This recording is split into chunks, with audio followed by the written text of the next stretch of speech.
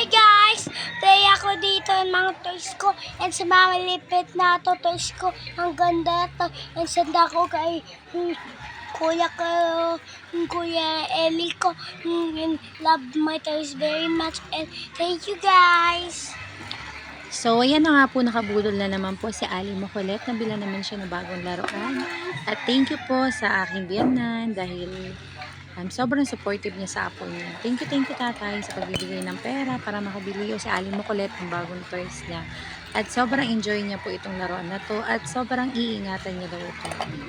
Halatang halata naman po na sobrang saya niya talaga dahil siya yung namili ng toys na to.